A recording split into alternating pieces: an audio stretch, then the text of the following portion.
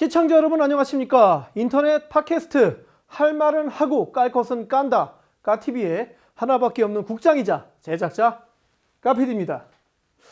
자, 일단은 이게 좀 이게 재수 없으실 수도 있는데 제 배가 좀 많이 나와서 이렇게라도 좀 한번 가려봤습니다.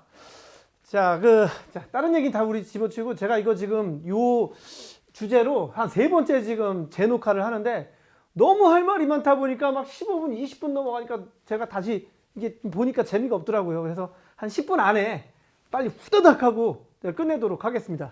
자, 오늘의 주제는 동물구조단체 케어의 박소연 대표가 인터뷰를 오늘 이제 기자회견을 하면서 여러 가지 이제 추측들이 일파만파 번지고 있고, 또 박소연 이분의 또 잘못은 무엇이고, 또 사무국 직원들은 또 사실 잘못이 없다고 볼 수는 없어요. 그래서 그런 것들도 한번 짚어보고, 과연 우리는 이 상황에서 어떻게 이거를 해석해야 되나 같이 한번 고민해 보도록 하겠습니다. 자, 이제 미사역은 다 날려버렸어. 아까 막 주제가 막 이거에 가서 예를 든 게 한 10가지가 되는데 오늘 한 3-4가지 그냥 끝내버릴게요. 자, 일단은 안락사를 시켰다. 예? 근데 케어라는 동물단체는 안락사 없는 동물 구조단체라고 그래서 많은 후원금이 왔고, 또 1년에 그 후원금이 약 20억 이상이 집행이 되는, 그럼 어떻게 보면 하나의 중소기업 같은 건 집단이 돼버렸단 말입니다. 근데 박소연 씨도 사실 제가 몇 년 전부터 TV에서 많이 봤지만은 동물을 위해서 많이 노력을 그동안 타 단체들이 감히 못했던 거를 했었던 것도 사실이에요. 근데 이 초기에는 그런 마음이 있었을지 모르겠지만 점점 이게 기업화되고 이 후원금이 좀 많이 집행하면서 본인도 어떤 좀 망각하고 있던 욕심이 좀 나오지 않았나라는 생각도 들고, 그런 욕심의 집행 과정에 그 꼴을 못 보고 또 이 사무국 직원들도 같이 욕심을 부린 사건이라고 저는 이렇게 지금 규정을 하고 있습니다. 그래서 예를 들어서 뭐 주둥이를 염색을 해서 안락사 시킨 개를 이렇게 그러니까 뭐 안락사 시킨 개를 거짓말로 살아있는 것처럼 주둥이를 뭐 염색을 하자라는 거, 이거 한번 들어보도록 하겠습니다. 한 곳에서 여러 마리를 한꺼번에 데려오면 의심을 받을 수 있는데 나중에 이제 여기저기서 조금씩 이렇게 모으면 모를 것 같기도 하고, 그 다음에 내 생각에 약간 주둥이는 좀 우리가 염색을 좀 검은색으로 일단 2마리는 한번 그렇게 해보고, 그 다음에 또 그 외에 이게 기업화가 됐다는 거를 어떻게 알 수 있냐면 자꾸 행정적으로 별 문제가 없도록 하려고 하는 노력이 있어요. 그것도 한번 그냥 지금 들어보도록 하겠습니다. 개농장에서 데려온 애들도 사실은 그냥 제 생각에는 데려온 이유가 분명히 그냥 안락사 시키자고 데려오는 거라, 뭐 막 아프고 이러면 다 데리고 있을 필요 없다고. 아니 불법이니까 안락사가. 아니 건강한 아이들은 무조건 불법이에요. 그래서 아프거나 폐사했다 자연사했다 이렇게 가야 되는데, 그리고 뭐 일본은 폐사했다고 하는 건 뭐 전혀 문제가 아닐 것 같고, 우리가 어디서 또 맞출 만한 게 없을까? 네, 저는 사실 이걸 들으면서 과거 국정농단 때 최순실의 어떤 어조를 좀 느낄 수가 있었어요. 어떤 거냐면 그 당시 최순실도 뭐 이건 이렇게 해서 저건 저렇게 해서 이렇게 몰아가야 뭐 자기가 살고 뭐 이런 것들을 남한테 자꾸 지시를 하면서 합의를 보지 않았겠습니까? 이것도 마찬가지로 어디서 뭐 이렇게 뭐 개수를 맞춰야 하고, 행정적으로 안락사 대신에 뭐 폐사나 뭐 병사 이런 걸로 처리를 해야 뭐 괜찮고 문제가 없고, 이게 문제가 없다라는 얘기는 생사의 문제가 아니라 행정상의 문제가 없다라고 이렇게 판단을 했던 것은, 그동안 얼마나 많은 동물단체들, 즉 케어뿐이 아니라 케어도 마찬가지지만 이 감성팔이를 한 방송이나 다큐 그런 걸 통해서 후원금을 모집하기에 급급이 되지 않았나라는 거. 물론 후원금은 운영이 뭐 되어야겠죠. 뭐 어디 뭐 삼성 LG에서 돈 대주는 것도 아니고.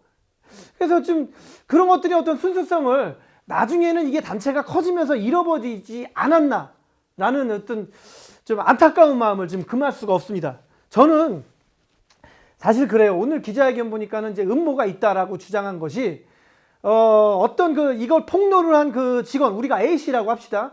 이 사람이 정확히 2017년 12월 31일 날 퇴사를 하고 그 다음 해인 그러니까 2018년 여름에 다시 입사를 하면서 이 증거를 모집을 하고 사람들을 선동을 했다라고 해서 그렇게 모아놓은 것들이 이제 터졌다라고 해서 박소연 본인은 억울하다고 했는데, 사실 크게 억울할 수는 있겠지만 크게 억울할 건 없어요. 왜냐? 그런 안락사를 분명히 시켰고 그런 뻥을 쳐가지고 행정적으로 문제를 얻게 만들고자 그런 그 시도를 한 점. 근데 여기서 우리가 가만히 그 생각해 보면 그런 시도를 함에 있어서 같이 공모했던 자들이 지금 현 사무국, 박소연을 몰아붙이는 사무국 직원들이라 이 말입니다. 이 사람들이, 자, 박소연이 뭐 주사를 놓고 안락사를 혼자 놓고 잡아주는 사람 없이 뭐 혼자 놓고 혼자 삽들고 야산에 가서 땅 파가지고 이거를 묻고 그랬겠습니까? 분명히 삽이라도 들어준 사람이 있을 것이고 이것에 대해서 동조를 한 사람이 있을 것이고 눈 감은 사람들이 이 현 케어 사무국 직원 안에 있을 거란 말입니다. 물론 말단에 계신 분들은 전혀 몰랐다고 하지만 이거는 1인 단독으로 할 수 있는 범행이 아니라는 거죠. 그런 사람들이 이제 와서 자기네들은 되게 하얀 사람이 되고 박소연을 갖다가 검정 사람으로 몰아간다는 거, 이 굉장히 어폐가 있는 거죠. 다 같이 제가 보기에는 주범이고 공범이고 어떻게 보면 제가 아까 그 말씀드렸지만 하나의 기업화가 됐다고 말씀드렸지 않겠습니까? 제가 작년 9월 이 자금 집행 내역을 한번 이렇게 좀 살펴봤는데 동물구호 사업비가 약 9,300만 원이 들었고 급여가 4,100만 원이 나갔어요. 그 다음에 뭐 보호소 운영비라든가 뭐 이런 것들이 뭐 800씩 뭐가 800이냐 힐링센터 운영비 뭐 이런 센터 운영비가 약 또 몇천이 집행이 되었어요. 자, 그럼 어떻게 보면 월급은 월급대로 세이브를 해놓고 나머지 운영비는 운영비대로 다 청구를 해서 이렇게 쓰였다라는 거는 결국 뭐냐면 제 생각에는 이 구조활동비, 월급, 뭐 힐링센터 운영비에 관해서 이 인건비라는 게 전혀 안 들어갈 리가 없는데 이게 다 이 3중으로 청구가 되었다고 사실 보거든요. 이게 더 팩트는 뭐냐면 기업화가 됐다라는 얘기고 여기가 이 사무국 직원이나 대표 박소연이나 이 사장 밑에 임원들이 있고 사원들이 있는 거예요. 그래서 맨 우두머리는 돈을 많이 챙겨가는 책정이 분명히 되었을 것이고 월급이라고 해서 그 밑에 임원, 그 밑에 이렇게 월급이 책정이 되었다는 얘기는 결국은 여기가 회사인 거고 이 싸움은 실직이 되지 않기 위한 회사 싸움이 되는 거죠. 왜냐? 여기서 실직하면 이 사람들이 어디 가서 또 이만큼 또 월급 챙기고 하려면 어렵다라는 얘기예요. 전 사실 이 동물보호단체, 구조단체 이렇게 생각을 하면 정말로 그 순수하게 동물 사랑 해가지고 좀 환경이 좀 열악하긴 하지만 사비를 털어서 뭐 애들 이렇게 밥 주고 또 여자분들은 화장도 되게 하나도 안 할 것 같고 막 다 막 쇼커트일 것 같고 옷도 되게 수수하게 입을 것 같고 그렇게 생각했거든요. 남자들도 마찬가지로. 그런데 이 와중에 막 저 전에 일했던 PD는 막 성희롱 문자 보내고 뭐 그냥 개판이에요. 개판 이게 지금. 뭔지 아시겠죠? 결국은 이런 이권 때문에 이 터지고 골무고 해가지고 이제 알다 모르겠다고 이게 완전히 장악을 하려고 좀 싸움하는 것밖에 더 되냐 이거예요. 그래서 저는 사실 그래요. 안락사라는 것에 우리가 중점을 둬야 할 때 타 동물단체 그리고 지자체에서 운영하는 뭐 유기견 뭐 보호소 얘네들은 안락사를 매일매일 한단 말이에요. 거의 그 규정에 의해서. 근데 이거는 나쁘다고 우리가 말 못하고 이것만 나쁘다고 뭐 거짓말을 해서 나쁘긴 하지만 이렇게 몰아갈 것이 아니라 어떻게 이 지경이 되었나 라를 우리가 지금 고민을 해야 된다는 얘기죠. 지금부터는. 그래서 우리나라 그 어지간하면 거의 막 세 집에 한 집 뭐 두 집 꼴로 다 애견 뭐 고양이 뭐 이런 걸 키운단 말이에요. 그러면 우리 사람도 이 대한민국 국민이 6천만이라고 했을 때 이 사람들이 여러분들 아실런지 모르겠지만은 장례식장이 맨날 붐벼요. 그만큼 인구 대비 많은 사람들이 이제 여러 가지 사정으로 이제 죽어 나간다는 거거든요. 마찬가지로 애견도 마찬가지예요. 애견도. 그러면 이 애견들이 과연 우리가 어떻게 잘 처리가 되고 있는가에 대해서 그동안 우리는 어떤 관심을 가졌나 스스로에게 한번 질문을 던져보도록 하고 그 다음에 개식용 금지라든가 뭐 애견 공장 이런 것들을 수많은 동물단체와 시민단체들이 국회 앞에서 얼마나 탄원서 써내고 마이크도 들어보고 하지 않았겠습니까? 국회에서는 그 어느 것 하나 만들어 놓은 법이 없어요. 이 국회에도 나라도 굉장히 이걸 그동안 무심했다, 눈 감았다. 예?